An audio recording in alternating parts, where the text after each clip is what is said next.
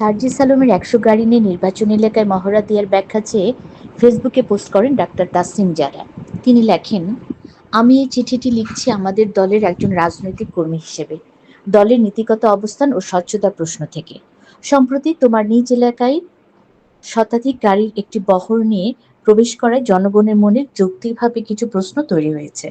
কিছুদিন আগেই তুমি প্রকাশ্যে বলেছিলে, আমার আসলে এই মুহূর্তে কোনো টাকা নাই, ধার করে চলছি, এইটাই হচ্ছে রিয়ালিটি, আমার পকেটে মানিব্যাগও নেই।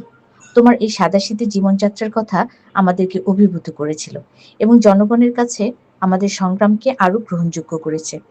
কিন্তু সেই প্রেক্ষাপটে এত বড় একটি আয়োজন কিভাবে সম্ভব হলো, এর অর্থায়ন ও ব্যবস্থাপনা কিভাবে হয়েছে, তা নিয়ে মানুষের মনে প্রশ্ন আসাটা স্বাভাবিক। আমাদের দল স্বচ্ছতা, সততা, জবাবদিহিতার ভিত্তিতে একটি নতুন রাজনৈতিক সংস্কৃতি গড়ে তোলার যে প্রতিশ্রুতি দিয়েছে, সেই জায়গা থেকে এসব প্রশ্নের স্পষ্ট এবং নির্ভরযোগ্য উত্তর দেওয়া আমাদের সবারই দায়িত্ব। আমি আশা করি বিষয়টি তুমি আন্তরিকতার সাথে বিবেচনা করবে এবং জনগণের সামনে একটি গ্রহণযোগ্য ও পরিষ্কার ব্যাখ্যা তুলে ধরবে। এতে জনগণের কাছে দলের ভাবমূর্তি আরও শক্তিশালী হবে বলেই আমার বিশ্বাস। উত্তরে সার্জিস আলম এক ফেসবুক পোস্টে উত্তর লেখেন, প্রিয় তাসনিম জারা আপু, আপনাকে অসংখ্য ধন্যবাদ। আপনার খোলা চিঠির উত্তরের পূর্বে দুটি বিষয় বলতে চাই।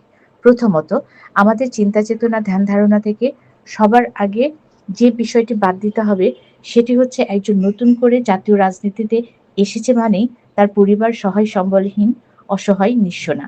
বিগত বছরগুলোতে আওয়ামী লীগের নেতারা চাঁদাবাজি, লুটপাট করে এসব কাজ করেছে বলে একই কাজ করে অন্যরাও সেটা করবে, বিষয়টি তেমন নয়।